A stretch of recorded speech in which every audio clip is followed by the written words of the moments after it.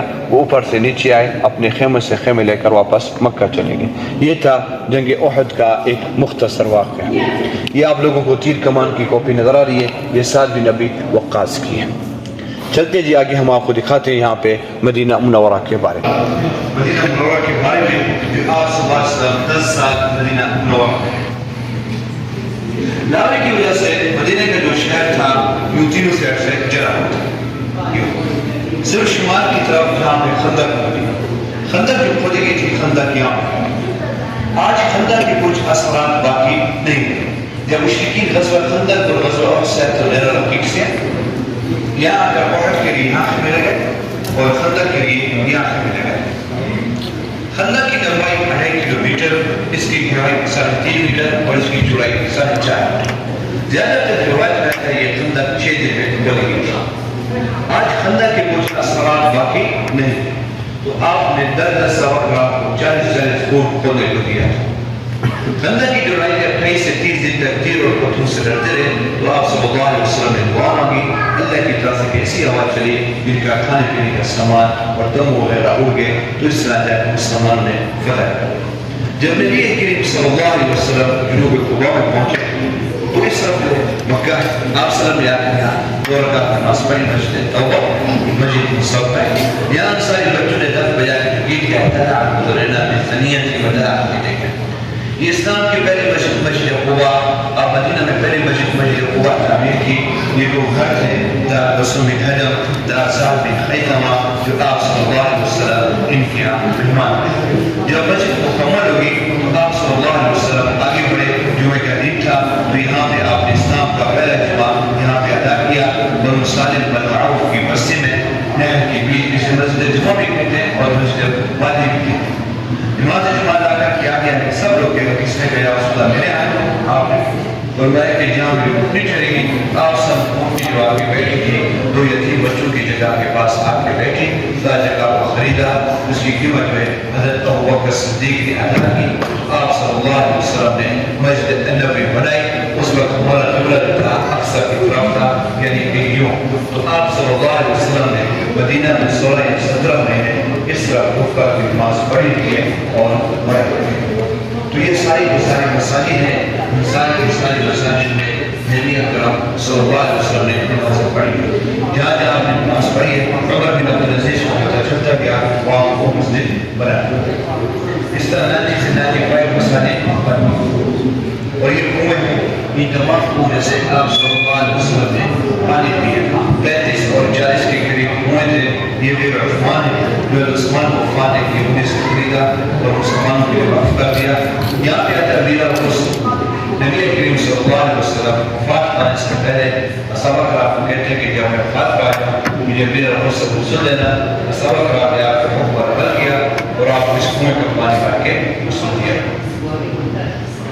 یہ مدینہ کی کل پہاڑ ہے اور یہ مدینہ کی کل ہیں اور یہ صحابہ کرام کے جن میں سے 75% صحابہ کرام کے گھر مسجد نبی کی عمارت کے اندر آتے ہیں اور بچے مسلح ساتھ ہیں۔ یہ احد کا پہاڑ ہے، اس کے پیچھے فوق اور یہ جبل علی ہے، ما بین لابت یا شرق اور غرب سے جسے کہا جاتا ہے بورڈ آف مدینہ، اس حدود کے اندر جو ہے دجال داخل ہے۔ آگے میں آپ کو دکھاتا ہوں مسجد نبوی کے بارے میں۔ یہاں دیکھیں آپ صلی اللہ علیہ وسلم آ رہے ہیں، سب لوگ کہہ رہے ہیں کس نے کہا یا رسول اللہ میرے ہاں؟ آپ نے فرمایا کہ جہاں میری اٹھنی ٹھہرے گی، تو آپ سے چھوٹی جو آ کے بیٹھی تھی 2 یتیم بچوں کی جگہ کے پاس، جہاں جگہ کو خریدا تو اس کی قیمت جو ہے حضرت ابو بکر صدیق نے ادا کی تھی 10 دینار جو تھا سونے کا تھا۔ تو یہاں پہ آپ صلی اللہ علیہ وسلم نے مسجد النبی بنائی۔ یہ تھا ابو ایوب انصاری کا گھر جو آپ صلی اللہ علیہ وسلم کے یہاں مہمان رہے 6 یا 7 ماہ۔ جب مسجد مکمل ہوگی تو آپ صلی اللہ علیہ وسلم ابو ایوب انصاری کے گھر سے تشریف لے کے مسجد میں آ کے ٹھہرے۔ آج انہی کے گھروں کو توڑ کر مسجد النبی کی توسیع کی گئی ہے، اور اس وقت جو بقی تھی شہر سے دور تھی اور 2 حصوں میں تھی، آج بالکل مسجد نبی کے قریب اور ایک حصے میں آتی ہے۔ تو تھوڑا سا آگے چلے جی، میں آپ کو یہاں دکھاتا ہوں مسجد نبی کے بارے میں، جب آپ صلی اللہ کے زمانے میں کس طرح مسجد نبی تھی۔ تو یہاں دیکھیں جی، پہلا جو آپ لوگوں کو فوٹو نظر آ رہا ہے یہ مسجد نبی کے بارے میں بتایا گیا ہے۔ تو نبی کریم صلی اللہ علیہ وسلم کے زمانے میں اس طرح مسجد نبی بن گئی، اور ہمارا قبلہ جو تھا اقصی کی طرف تھا، یہ مصلی تھا، یہ اصحاب صفہ تھا، اور 30 بائی 35 میٹر مسجد نبی تھی۔ نیچے کالے پتھر ہے، اوپر کچی اینٹیں تھی، ساتھ یہ 2 کمرے تھے، اما عائشہ اور حضرت سودا کا تھا 1 ہجری میں۔ یہاں دیکھیں اصحاب صفہ آدھا ہے، چھت جو تھی کھجور کے تنوں کی تھی، اور پلر جو تھے کھجور کے درخت کے تھے، پلر جو تھے کھجور کے درخت کے تھے۔ 2 ہجری میں جب قبلہ چینج ہوا تو بالکل اپوزٹ میں آ گیا تھا، یعنی کہ اصحاب صفہ کو پیچھے کر دیا اور مصلی کو آگے کر دیا۔ آپ لوگ سارے اس طرف ہو جائیں تو میں آپ لوگوں کو یہاں دکھاتا ہوں۔ تو یہاں دیکھیں 2 ہجری میں جب قبلہ بالکل اپوزٹ میں آ گیا تھا، اوپر مٹی بھی ڈال دی کیونکہ جو بارش کا پانی تھا نیچے ٹپکتا تھا۔ اور یہ جو آپ لوگوں کو 2 کمرے نظر آ رہے ہیں، سب سے پہلے جو وہاں پہ تھے اما عائشہ اور حضرت سودا کا، پھر 2 ہجری میں اما عائشہ اور حضرت فاطمہ کا ہو گیا تھا۔ 7 ہجری میں غزوہ خیبر کے بعد مسجد کی توسیع کی گئی تھی۔ تو آپ لوگ ادھر آ جائیں اس جگہ پہ۔ تو 7 ہجری میں اس طرح مسجد نبی بن گئی تھی، یہاں پہ مسجد نبی کو بڑا کر دیا گیا تھا، اور امہات میں قبر بھی بڑھ گئے تھے، 2 کے بجائے 4 ہو گئے تھے۔ تو یہاں دیکھیں 11 ہجری میں نبی کریم صلی اللہ علیہ وسلم جو ہے انتقال کر گئے۔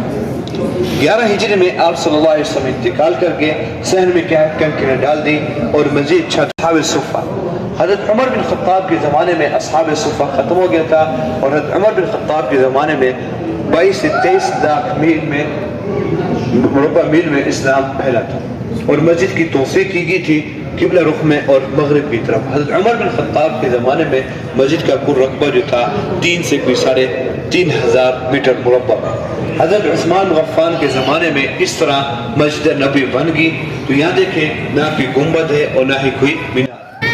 حضرت عثمان غفان کے زمانے تک آپ صلی اللہ علیہ وسلم کی قبر مبارک جو ہے مسجد سے باہر تھی، اور جیسے جیسے مسجد بڑھتی گئی تو نبی کریم صلی اللہ علیہ وسلم کی قبر مبارک بھی اندر آتی گئی۔ تو یہاں دیکھیں نہ کوئی گنبد ہے اور نہ ہی کوئی مینار ہے، گنبد اور مینار جو ہے بعد میں بنائے گئے تھے۔ تو آتے جی ہم آپ کو دکھاتے ہیں سب سے پہلے جو مینار بنائے گئے تھے بنو امیہ کے زمانے میں۔ جی میرے بھائی یہاں پہ قبر باہر تھی، ٹھیک ہے، اس طرف یہاں پہ ایسے، یعنی کہ قبریں یہاں پہ، کمرے یہاں پہ تھے۔ تو یہاں دیکھیں بنو امیہ کے زمانے میں اس طرح مسجد نبی بن گئی اور 4 مینار بنا دیے۔ اس سے پہلے کوئی مینار نہیں تھے، سب سے پہلے 4 مینار بنائے گئے، اور یہاں پہ صرف ابھرا ہوا نشان دکھایا گیا ہے کہ یہاں پہ نبی کریم صلی اللہ علیہ وسلم کی قبر مبارک ہے۔ پھر ان کے بعد ہے خلیفہ مہدی العباسی، تو عباسی نے آ کر مسجد کو مزید بڑا کر دیا۔ تو یہاں دیکھیں آپ لوگوں کو 4 مینار نظر آ رہے ہیں، عباسیوں کے زمانے میں 6 مینار بن گئے تھے، پھر 2 میناروں کا اضافہ کیا۔ آگے میں آپ کو دکھاتا ہوں کس طرح۔ تو آج میرے بھائی آپ لوگ اس طرف یوں موو ہو جائیں۔ تو یہاں پہ آپ لوگوں کو 6 مینار نظر آ رہے ہیں، اب ادھر آئیں، تو عباسیوں نے آ کر اس طرح مسجد نبی کو بنا دیا اور ان دو میناروں کا اضافہ کیا اور بیچ میں کیا ہے وضو خانہ بن گیا. یہاں بھی دیکھیں گنبد نہیں بنا. پھر ان کے بعد آئے مملوکیوں نے آ کر اس طرح مسجد نبی کو بنا دیا اور ساتھ ساتھ گنبد بھی بناتے گئے, یعنی کہ مسجد میں آواز گونجے. اس وقت سپیکر سسٹم نہیں تھا. اور ترکیوں نے آ کر اس کا کلر چینج کر دیا. رنگ کو کیے ہوئے 200 سے 250 سال ہو گئے اور پورے گنبد کو بنے ہوئے 600 سے 650 سال ہو گئے.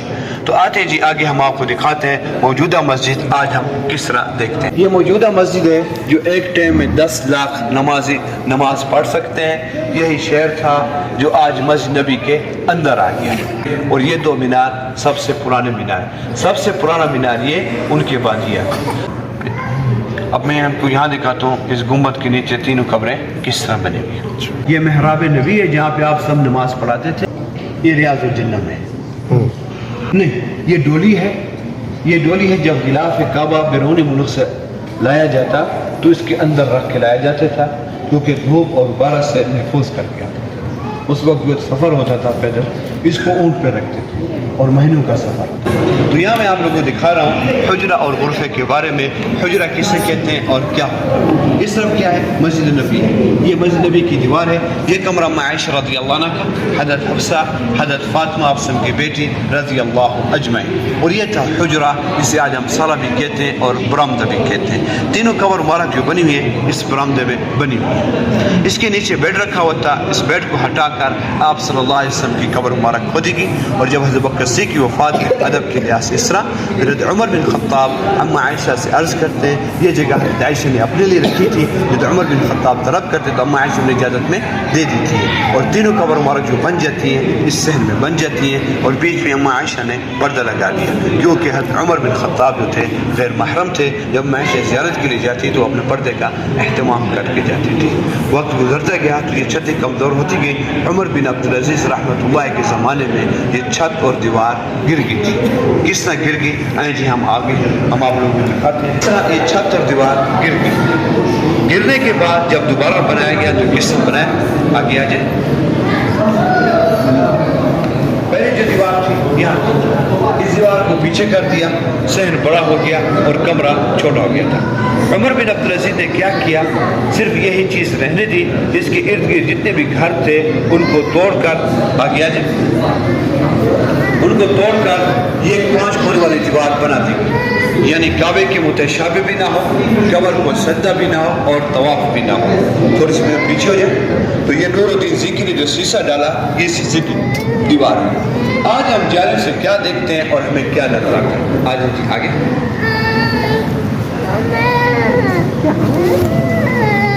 آج ہم جانب سے دیکھتے ہیں تو ہمیں یہ پردہ نظر آتا ہے.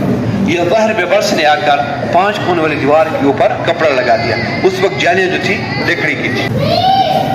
تو اس کے 10 سال بعد پھر سلطان محمد طلعون نے آ کر پہلا گنبد بنایا, لکڑی کا تھا. اور یہ والا گنبد ہمیں نظر نہیں آتا. آپ لوگ جب آتی ہو زیارت کے لیے تو یہاں پہ آتی ہو, تو آپ لوگ جو آتی ہو یہاں تک آتی. اور ویسے دیکھا جائے تو آپ لوگوں کے پاس بالکل کچھ بھی نہیں آتا سوائے ریاض الجنہ کے. آئے گا پہلے سب سے پہلے آپ لوگوں کے پاس حضرت عمر بن خطاب کا سر, پھر حضرت بکر صدیق, پھر نبی کریم صلی اللہ علیہ وسلم. کیونکہ آپ لوگ جب آتی ہو ایسے یوں آتی ہو اور ہم لوگ جب گزرتے ہیں ایسے یوں گزرتے ہیں. کیونکہ ہمارے سامنے ہوتی یہ 3 جالیاں, 1 2 3. سب سے بڑا والا ہال جو آتا ہے نبی کریم صلی اللہ علیہ وسلم کے چہرے کے بالکل سامنے, ان کے بعد حضرت بکر صدیق, پھر ان کے بعد حضرت عمر بن خطاب. اس کے 200 سال بعد آسمانی بجلی گرنے سے مسجد کو آگ لگی اور مسجد ابھی تینوں سائڈ سے جل گئی. اور جب دوبارہ بنایا تو اس طرح بنایا. پھر اسی کے اوپر یہ بڑا والا گنبد بن گیا. پہلے سلور میں رہا اور بعد میں اس کو گرین کر دیا گیا. تو یہاں دیکھیں میں آپ لوگوں کو دکھا رہا ہوں حجرہ اور غرفے کے بارے میں. یہ دیکھیں یہ تھا غرفہ, غرفہ من بیڈ, حجرہ من صحن برآمدہ.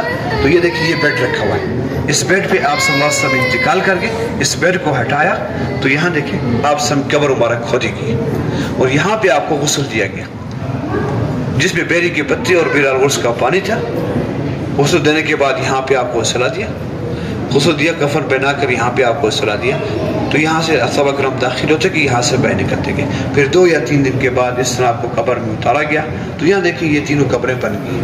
اور یہی چیز جو ہے 5 کونے والی دیوار کے اندر ہے. یہاں تک نہ کوئی جا سکتا ہے نہ جانے کا کوئی راستہ ہے.